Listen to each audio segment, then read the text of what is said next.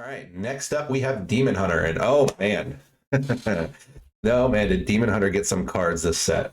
So first up, we have the no minion package. So basically, like we've seen in Hunter and Mage in the past, we have a series of cards that basically incentivize you to play a deck that's all spells or basically no minions. It doesn't have to be all spells, but no minions, right?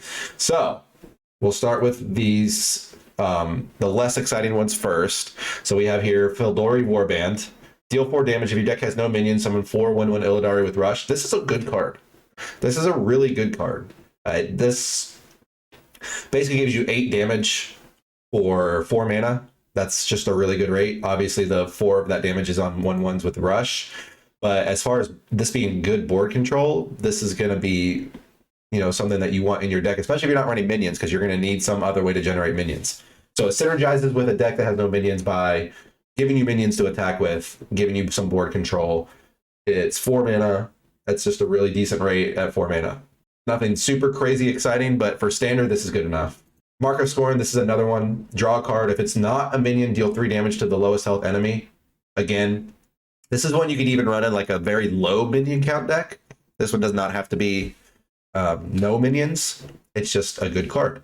You can play it with, maybe like 5 or 6 minions total in your deck, and then you're still pretty likely to deal 3 to the lowest health enemy. That's a really good turn 2 play.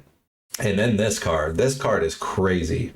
All right, so this is the legendary weapon, this set for Demon Hunter, Souleater Scythe. At the start of the game, you consume 3 different minions in your deck, and you leave behind souls that discover them.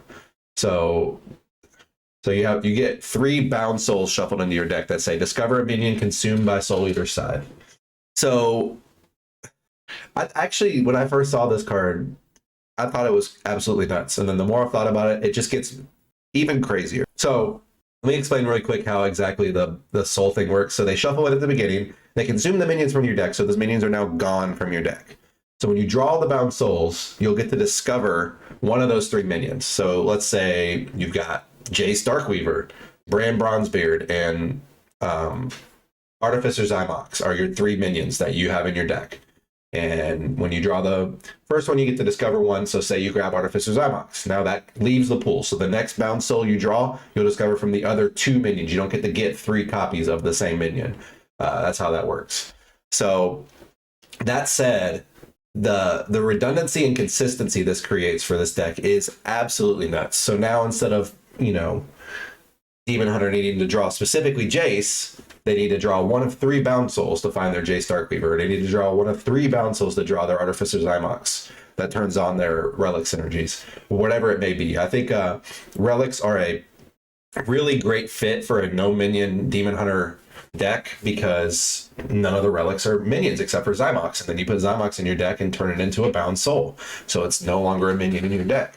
So you still get to play all the really sweet no minion synergies, and you get to play Artificer Zymox. So the downside is very low, and the consistency is very high.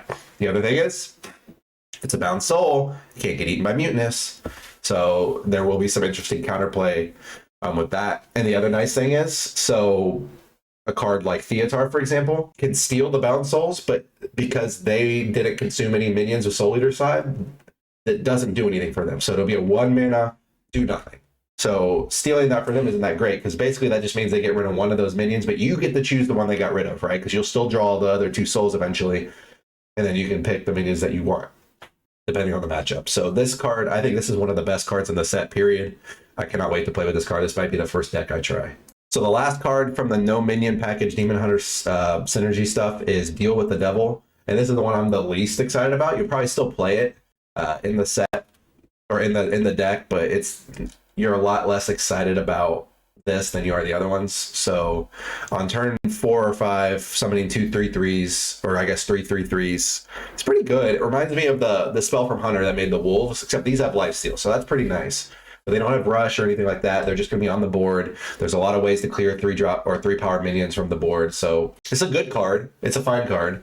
You'll never play it in a no minion in a deck with minions, but in a no minion deck, you will probably play this. It's fine. It's just not the reason that you'll be playing that deck. Next up for Demon Hunter is the Outcast package.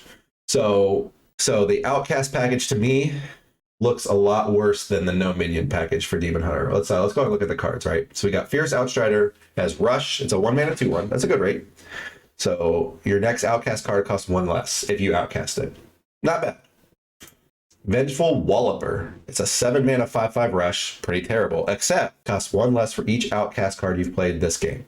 So we've seen this over and over and over. This is kind of a thing that Blizzard is doing now. They make these Rush minions that get discounted by whatever mechanic they're trying to push for that specific class. This is a good card. If the Outcast deck ends up being a deck, this will see play. If the Outcast deck doesn't, this will never see play. That's kind of how these have worked in the past. So it'll be 100% dependent on how good the Outcast deck itself is. Next up, we have Wretched Exile. After you play an Outcast card, add a random Outcast card to your hand. This card's interesting. I don't think this is good enough. There are some cards in the set that make it possible that this just sees play just out of the context of what the other cards do, which, here, I'll just go ahead. We'll go ahead and talk about that one. Falarin the Forgotten, right? So Battle Cry, add a random outcast card to the left and right sides of the hand. They cost 2 less. This card, to me, seems extremely powerful. Extremely powerful. First of all, it's not outcast, so you can cast it from anywhere in your hand and still get the effect.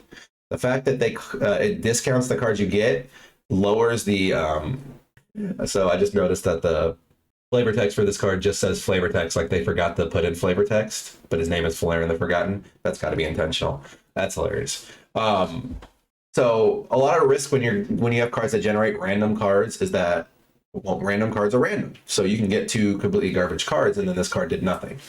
Or you can get 2 really expensive cards and then it's really hard to utilize the cards that were given to you. The fact that he discounts them for you and puts them into the outcast spots, and it's from a narrow pool of cards, where it's just pulling from outcast cards, makes this a whole lot better. If the outcast deck is good, it's probably because this card is pretty strong on rate, I think. All right, and that's all of the outcast cards that we got from this set. I do think the Fierce Outsider, and Falarin the Forgotten are very strong. So if the Outcast deck is going to work, it's going to be because of those 2 cards. This one will just be a nice bonus deck. If you're going for the Outcast synergy, you'll probably play this, but you could probably also just play an aggro Demon Hunter deck or like a mid-range Demon Hunter deck with these 2 cards just to get the bonus and not worry about these cards as much, and that'll be fine. So as an outcast deck, I don't think it'll be very good, but just as strong, like mid-rangey tempo Demon Hunter cards, I think these are both very strong. All right, next up is Druid. So Druid got 2 honestly pretty medium-looking packages overall this set with a couple crazy outliers. So first up is the Armor Druid cards. Start off with Crypt Keeper. This is a 4/6 taunt that costs 1 less for each armor you have. So as far as standard, I'm not super impressed with the armor cards they printed this set, other than the legendary, which we'll get to in just a second. So I don't know how much play this will see in standard, but this seems incredibly strong in wild, where Druid just has infinite armor. You can play this as early as turn like 2 or 3, depending on your draw. So yeah, this card seems pretty crazy. There's going to be a lot of, it's going to make Druid a lot stronger into aggro and wild. That said, I don't know that Druid even needs this in wild, because Druid's already got a lot of really good defensive tools if that's what you're trying to do. So it's kind of this weird spot where this is a really good card, but I don't even know if it gets played in Druid, because Druid's defensive tools in wild are just so insane. So we'll see. I do like the card personally. I am a Druid main, so this warms my heart, and I'm excited to try and make it work in standard. I don't know that it'll work on its own. Next up, we're going to talk about kind of the less exciting armor cards. So Beetlemancy, gain 12 armor or summon 2/3/3 beetles with taunt. This is a choose one. It reminds me of I want to say it's Oasis something. It was a 5-mana Druid spell, and you gain 12 life or summon a 6/6 with taunt. That to me was a little bit better personally. The armor here is better on that side because you can get the armor even if you're at full health. But the health could also target a minion, so it's kind of a weird trade-off. Like if you're just looking defensively, this is a little better, but as far as tempo and board, the other spell was a lot better. But that one also didn't see all that much play except in the choose one deck, like the quest deck back then. So this card don't see being very good. Let's look at the beetles. The beetles are just beasts, so they're not undead or anything. So it doesn't really fit with the undead synergies either. So this card's kind of, to me, it's kind of meh. Next up, we have Chitinous Plating. So this is 2 mana, gain 4 armor. At the start of your next turn, gain 4 mana. Tell people freaking out about this card. If this card sees play, it'll only be because of the Crypt Keeper and the legendary that we're going to get to in a second. This is not a good card on its own. Cards that just gain you armor, cards that just gain you health have not been good. All right. At least with the health ones, you can target minions a lot of the times and give your minions the health back, and it's sort of a good tempo swing. This is just armor for your face. This just gives you a little bit of health. I'm not super impressed by this card. Underking, same thing. This card seems very expensive for what you're getting. This is a 7 mana 6/6 rush, battle cry, and death rattle, gain 6 armor. So yes, you're getting a lot of armor, but the stats for the cost are so bad. I just don't see this seeing play. And then Anubrakon. This is the card that everybody freaked out about when it was revealed. Just freaked out. So this is an 8 mana 7/7 undead minion. This is Battlecry, gain 8 armor. This turn, your minions cost armor instead of mana. So the way this worked in the reveal video is exactly like the health instead of mana cards work. It like damages your hero for that much armor. So people are kind of concerned for this in Wild, where you can combo it with Violent Illusionist to basically play infinite minions on your turn. I freaked out when I first saw it too. I was like, oh, that's really strong. The more I think about it, the fact that it's only minions really dampers how strong this card will be. I don't see this seeing play in Wild. Now in Standard, on the other hand, this is worth building around, right? Like this is like the nutty ramp druid sort of card that you're looking for. You can play this, you can play this, and then you can play this card off of it to trade into something, gain 12 more armor into, you know, just any number of big and scary things. Sets up another way. So instead of having to run alignment or count on Guff, like this is going to give Druid ways to cheat out Bran plus Sire after Guff rotates. If we keep Bran in the core set, which I imagine with how much play he's seen, we're probably going to lose the League of Explorers. But either way, this just sets up some really, really powerful turns, which Druid needs at that point when you're ramping in the early turns and not playing anything to the board. You need tempo to get you back ahead or to get you back into the game, and this card gives you it. So I think this is a really good Standard card. I actually don't think it's going to be that good in Wild. This video may not age well, we'll see, but I really don't think the armor package is going to be what breaks Druid more in Wild. Druid's already broken in Wild. All right, the next package that Druid got is the Undead package. So this is more of an aggro package. We got cards like Lingering Zombie, which this card's nuts. Anyone who understands Hearthstone over the years, the sticky minions are vital for swarmy decks to really have the consistency they need to survive and to beat some of the more control-y decks. And this is not just one minion that turns into another minion. This is one minion that turns into another minion that turns into another minion. Lingering Zombie is insane on rate. It's going to be a really good card. It's also undead, and I believe it gets less arms as it goes. I love it. All of the zombies are undead, so it synergizes with all your undead cards that we're going to get to. So this is the linchpin. If the undead synergies work, it's going to be because of this card. Next up, we have Unending Swarm, 6 mana, resurrect all friendly minions that cost 2 or less. This card is really, really strong, and there's a couple things that go into this. One, the whelps are from Scale of Onyxia are 1 mana, so even in like a ramp druid deck, you might run 1 copy of this just to have another scale. You know, that's a full board of 2/1 rushes that you can use to trade back into the board, ramp your Sire, all that good stuff. All the stuff Druid is trying to do right now. So good card there. Probably wouldn't play 2 of them because you don't want to draw 2 of these and no scales, and then this is dead.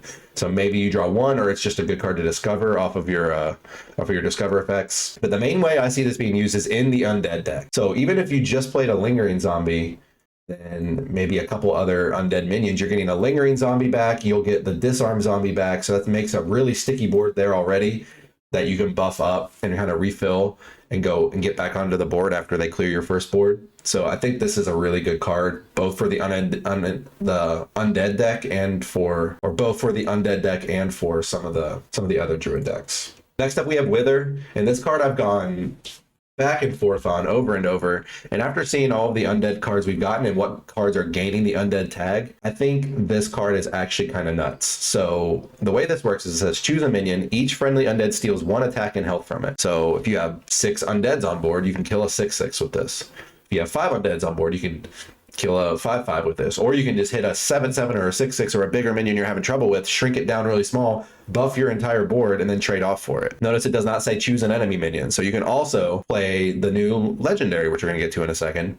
Steal the stats from kill a minion on your board, buff the rest of your board, wither your elder Nadox, which is his name, and then give the 5/4 of stats from your Nadox to the rest of your board, and then suddenly you have this giant bloodlust type effect over 2 cards that just kills your opponent. Here he is. This is the Elder Nadox right here. It says Battlecry, destroy a friendly undead. Your minions gain its attack. There's a lot of crazy combos with this. You know, even if you're giving your board just 2 or 3 attack each, that's, you know, at most probably 5 attackers, right? Because you got to kill one of your other undead on board. So that one won't be able to attack that turn, but you'll have 5 minions attacking with +2, 3 attack. That's insanely strong. That said, you have to have a board for this to be good. So any card like that, like even like you've seen with Bloodlust, cards that require other cards on board to be good tend to be very, very, very inconsistent, because if your board gets cleared and then you draw Elder Nadox and you don't have a board, then he's just kind of sitting in your hand not doing anything. This is not the card that will be the reason for you to play the deck. Like this, the Wither is much better if you're just trying to play an undead swarmy deck. This is going to be a much better card, but this might make the cut. So this is the other undead card we got from this. I actually think this makes the cut as well. This is not the reason to play undead druid swarm, but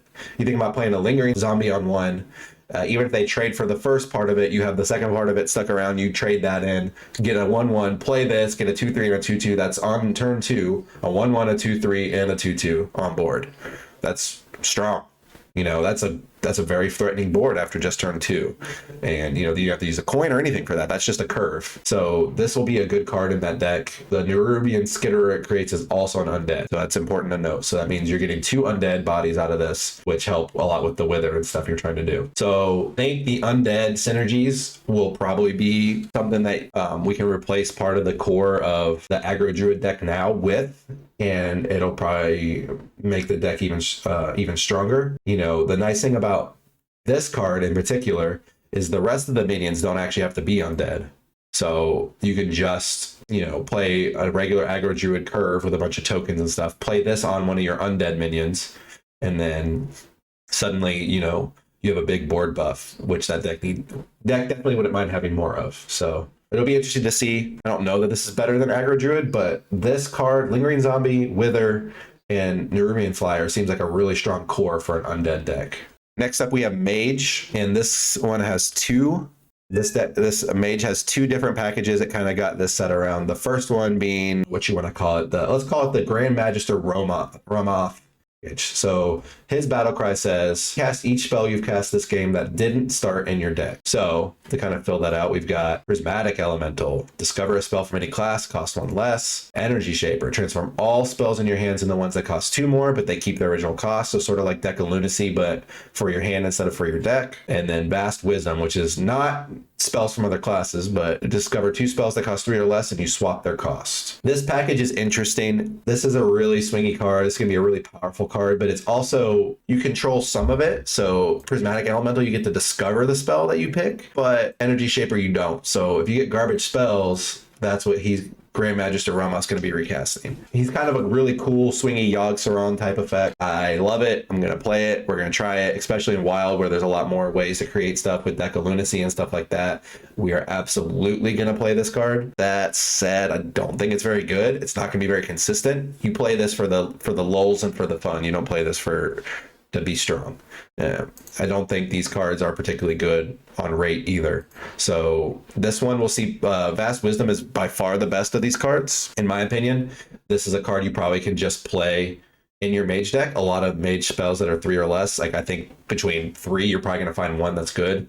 And maybe you find like a 3-cost secret, and then the next one is like a 1 mana spell that you don't mind paying 3 for later, but that gives you this 1 mana tempo secret that you can cheat out for cheaper mana. This card's really good. The rest of the package I think is just a meme, but I would love to be wrong about that because it looks really fun. The next package for Mage is honestly insane to me. So we're going to start with the main card.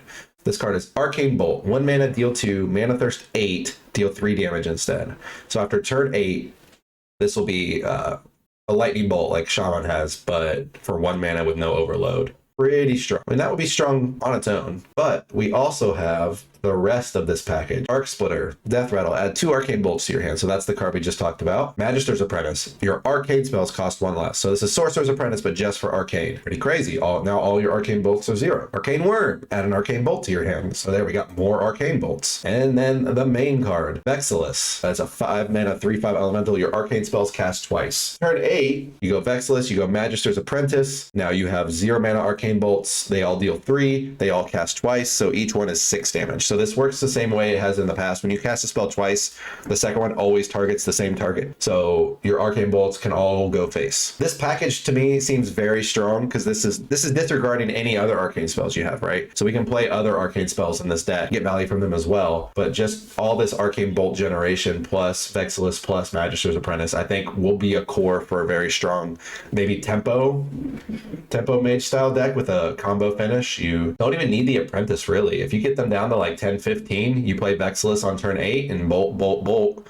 That's 3 bolts is 18 damage. So you don't really need to have them that low to kill them with a Vexilus. So this seems pretty crazy to me. And that's also not even talking about the other ways you might have the discount stuff, especially in Wild. So yeah, this will probably be a pretty good package. It's kind of interesting. I think a lot of these packages we're seeing in this set are going to need to wait for rotation to really take off. There's just a lot of powerful stuff going on in Standard right now. And a lot of this seems like a level below. That said, the 2 arcane packages for Hunter and for Mage, I think are 2 of the ones that we might see before rotation because they're just really, really powerful.